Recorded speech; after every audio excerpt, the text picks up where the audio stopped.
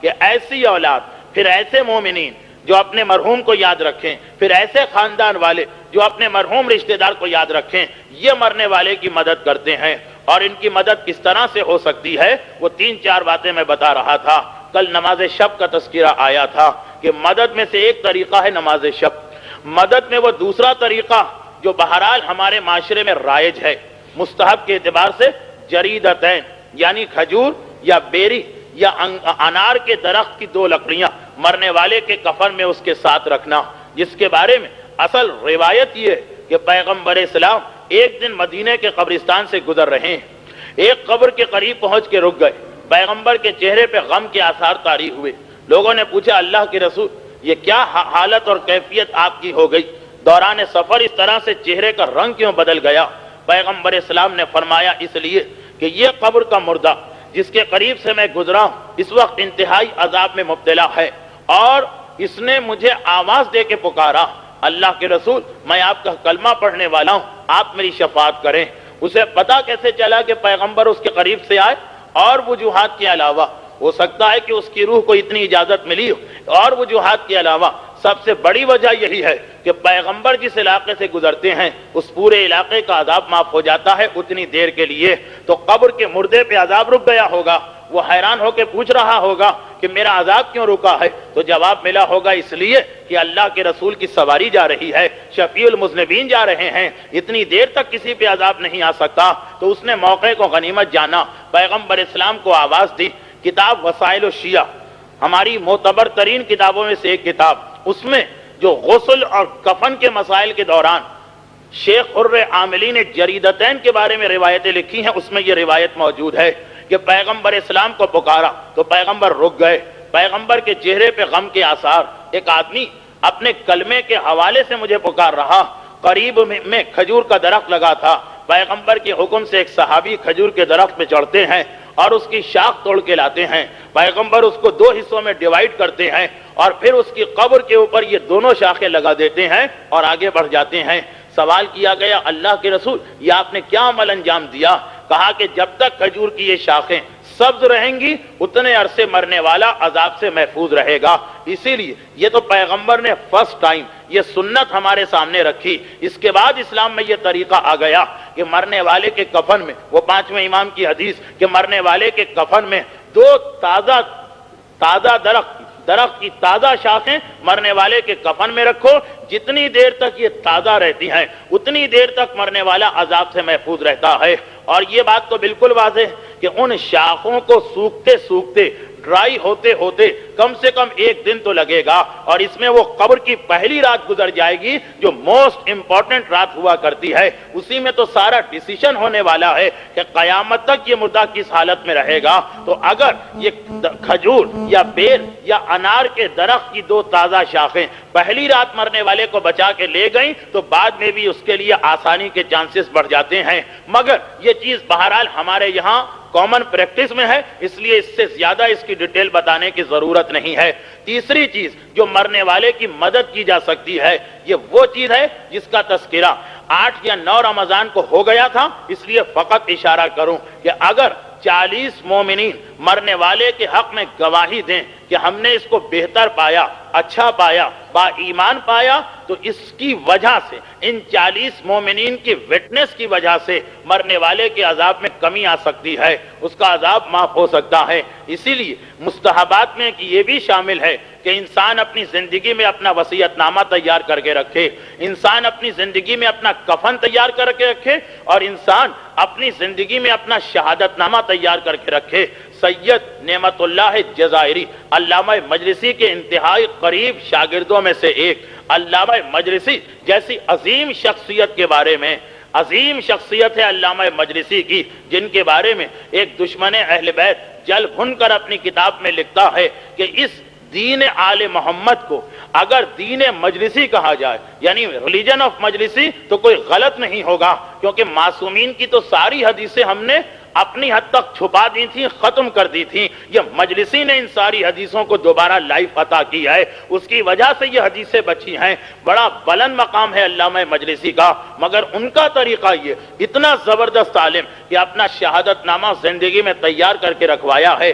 صاحبان ایمان سے گزارش کرتے ہیں کہ تم میرے شہادت نامے پہ گواہی دے کے جاؤ، اور مومنین لکھتے ہیں کہ لا ریب فی ایمان ہی، اور روایتوں میں مسلسل آیا کہ اس کے علاوہ بھی ہر مرنے والا جس کے حق میں 40 مومنین گواہی دے دیں اس کی بخشش اور نجات کے امکانات بہت زیادہ بڑھ جاتے ہیں۔ میں ضمنی طور پر ایک چھوٹی سی بات بتا دوں، آپ نے دیکھا ہوگا کہ ہر دوسری تیسری مجلس کے بعد ایک مجلس ایسی آتی ہے جس میں مسئلے فقہ کے مسئلے زیادہ ہو جاتے ہیں، کیونکہ میں نے محسوس کیا کہ اس کے بغیر بات کلیئر نہیں ہوتی۔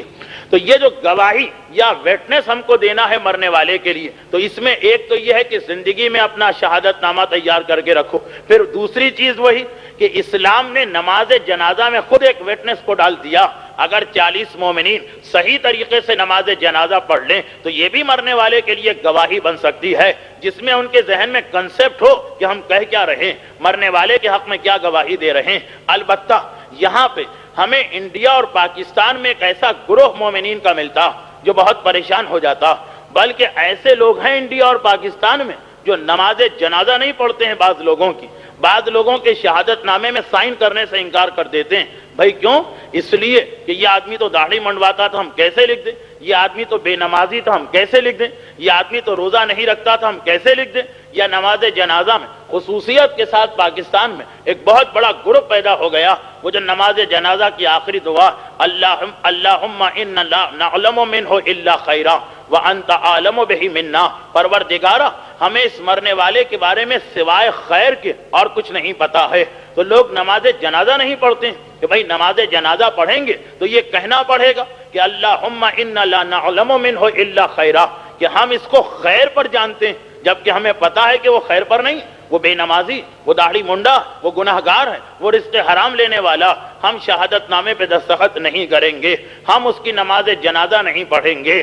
اور ایک باقاعدہ مسئلہ بنایا جاتا ہے ہمارے یہاں کہ بے نمازی کی نماز جنازہ جائز نہیں، سوسائڈ کرنے والے کی نماز جنازہ جائز نہیں۔ میں نے پہلے بھی ایک دن اشارہ کیا تھا کہ ہر وہ شخص جو مومن مرتا، یعنی 12 امامی شیعہ مرتا، چاہے وہ بے نمازی ہو، چاہے وہ شرابی ہو، چاہے وہ جواری ہو، چاہے وہ زانی ہو، چاہے وہ رزق حرام کھانے والا ہو، چاہے وہ سوسائڈ کرنے والا ہو، نماز جنازہ واجب کفائی، نماز جنازہ معاشرے کو پڑھنا پڑے گی۔ نماز جنازہ کے بارے میں یہ نہیں کہہ سکتے ہیں کہ اس کی نماز جنازہ نہ پڑھو، وہ تو نہیں، سارا معاشرہ گناہگار ہو جائے گا اگر اس کا جنازہ نہیں پڑھا گیا، اس لیے کہ 12 امامی شیعہ کی نماز جنازہ مسئلہ تو مسلمان تک کا ہے، لیکن میں فقط اس لیے کہ مجمع جو ہے اس کے اعتبار سے بات کروں کہ واجب کفائی میں سے ہے، چاہے وہ کتنا ہی بڑا گناہگار کیوں نہ ہو۔ بلکہ کسی نے تو کہہ دیا تھا کہ بے نمازی تو اور زیادہ محتاج ہے کہ اس کے حق میں دعا کی جائے، شرابی تو اور زیادہ محتاج ہے کہ اس کے حق میں دعائے خیر کی جائے۔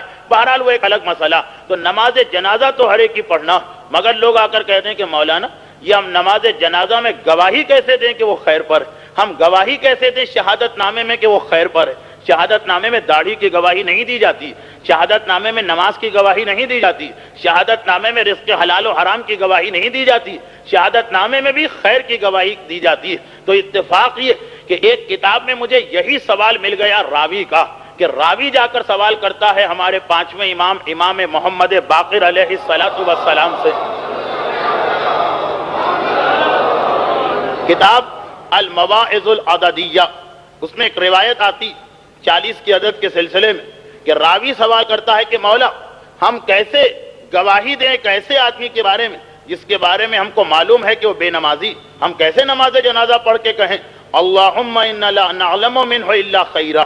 اس جملے کا مطلب پھر ذہن میں رکھیے، پروردگارا ہمیں معلوم ہے، ہم گواہی دیتے ہیں کہ یہ خیر پر تھا، کیسے گواہی دے گناہگار کے بارے میں؟ تو معصوم نے اس کا جواب دیا، اور یہی جواب مراجع نے دیا، یعنی جب پوچھا گیا تو انہوں نے معصوم کی یہی حدیث کوٹ کی۔ معصوم نے کہا اس خیر سے تم کیا سمجھ رہے ہو؟ خیر کا مقصد ہے محبت اہل بیت اور عقیدہ امامت، تو یقیناً یہ گواہی تو دینا ہے، اس لیے کہ جو آدمی مومن نہیں، 12 امامی شیعہ نہیں، اس کی نماز جنازہ میں یہ دعا ہوتی ہی نہیں، وہ اس سے پہلے کی دعا پہ جنازہ مکمل ہو جاتا۔ یہ ہمارے یہاں 5 تکبیریں، باقی تو 4 تکبیروں پہ نماز ختم ہو جاتی، یہ چوتھی دعا کی ضرورت ہی نہیں پڑتی ہے۔ تو ہم یہ نماز اور روزے کی گواہی نہیں دے رہے ہیں اللہم انا لا نعلم منہ الا خیر، پروردگارا ہم اس کے خیر کی گواہی دے رہے ہیں، اور خیر کا مقصد کہ یہ ہم جانتے ہیں کہ بہرحال امامت کو مانتا تھا، محبت اہل بیت کا اقرار کیا کرتا تھا۔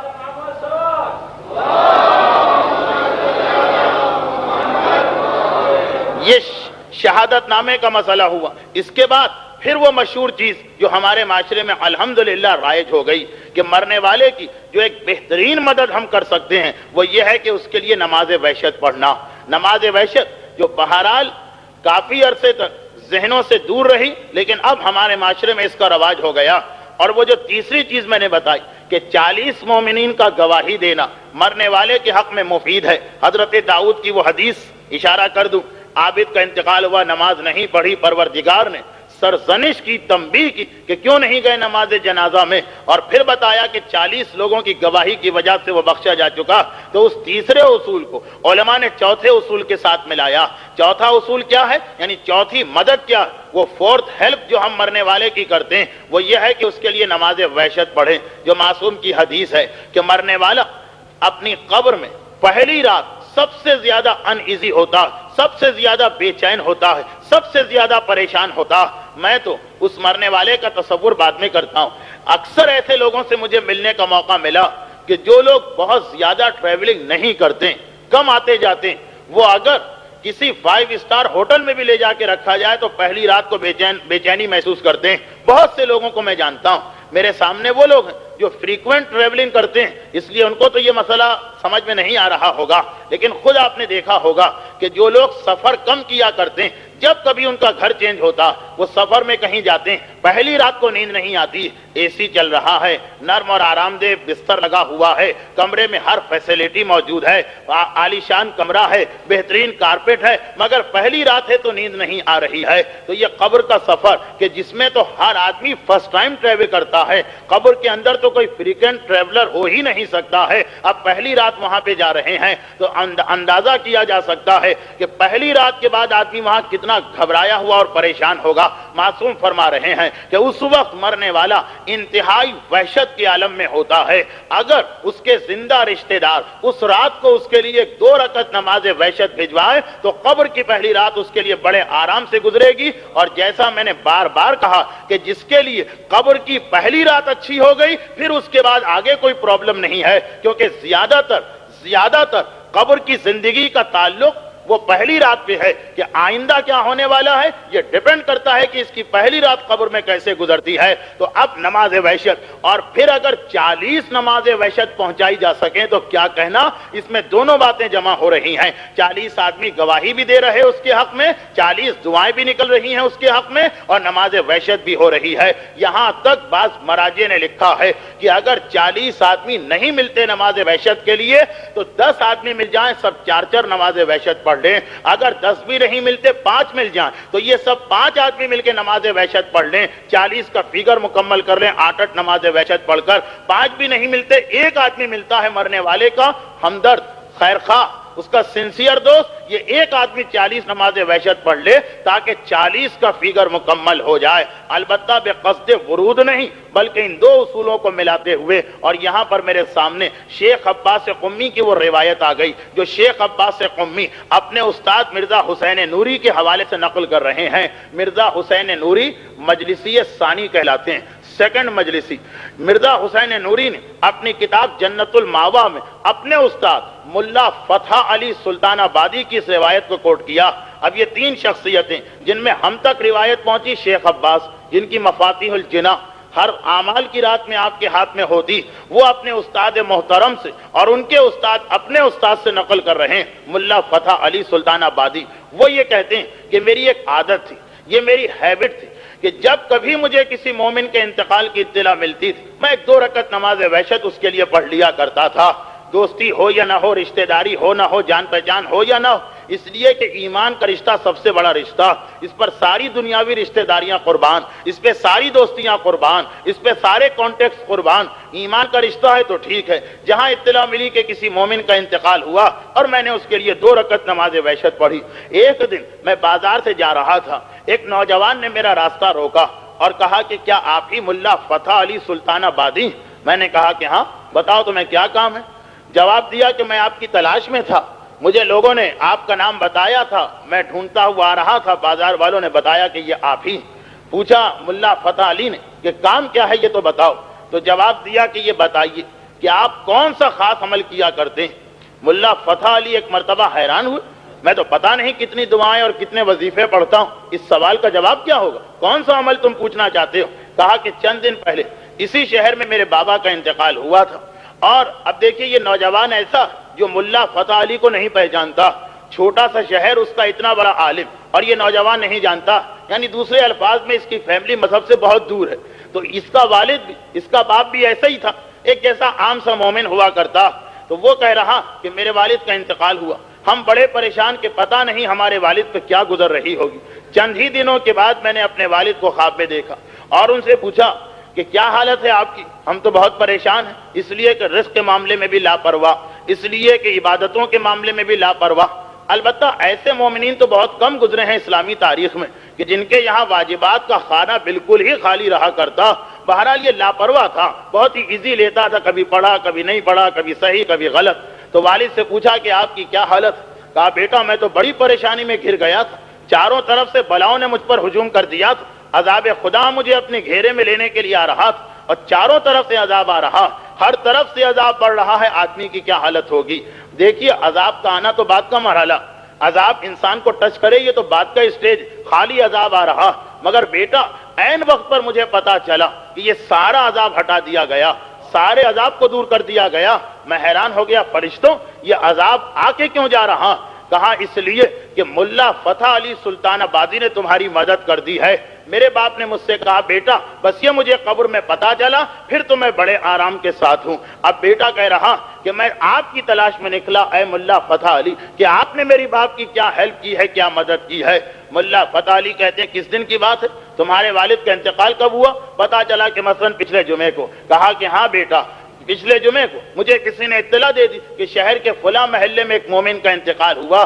اپنی ہیبٹ کے مطابق مجھے اس کا نام بھی نہیں پتا، لیکن یہ پتا ہے کہ ایک مومن مرا۔ میں نے تمہارے باپ کے لیے اسی رات کو 2 رکعت نماز وحشت پڑھی تھی، اور یہی نماز وحشت کام آئی تمہارے باپ کے۔ تو یہ شیخ عباس قمی خود تحریر فرماتے ہیں کہ میرے استاد محترم نے مجھ کو یہ بتایا، اور پھر اس حدیث کا ریفرنس دیا جو کئی کتابوں میں ہے، کئی کتابوں میں ہے۔ ملا کاظم طباطبائی العروۃ الوثقی رسالہ عملیہ میں یہ روایت نقل فرما رہے ہیں۔ رسالہ عملیہ میں انتہائی معتبر روایت آتی ہے کہ پیغمبر نے فرمایا کہ جب کبھی تمہارے کسی مردے کا انتقال ہو تو اس کے لیے ہدیہ بھیجا کرو۔ البتہ یہ روایت کمپلیٹ ہے، نماز وحشت کی روایت انکمپلیٹ ہمارے یہاں پڑھی جاتی ہے۔ کمپلیٹ روایت یہ کہ جسے ملا کاظم طباطبائی نے العروۃ الوثقی میں نقل کیا۔ العروۃ الوثقی کون سی کتاب ہے؟ یہ وہ کتاب ہے کہ اس دن سے لے کر آج تک جتنے مراجع گزرے سب نے اس کتاب کے استناد کو تسلیم کیا، جہاں جہاں اختلاف ہے وہاں اپنا فتویٰ شامل کیا، ورنہ اس روایت کے اوپر، اس روایت پر آغائے حسین بروجردی بھی تصدیق فرما رہے ہیں، آغائے محسن الحکیم طباطبائی بھی تصدیق فرما رہے ہیں، آغائے ابوالقاسم خوئی بھی تصدیق فرما رہے ہیں، رہبر انقلاب بھی تصدیق فرما رہے ہیں کہ پیغمبر اسلام فرماتے ہیں کہ جس رات کو تمہارے مردے اپنی قبر میں جائیں تو ان کے لیے ہدیہ بھیجو، ان کے لیے چراغ بھیجو۔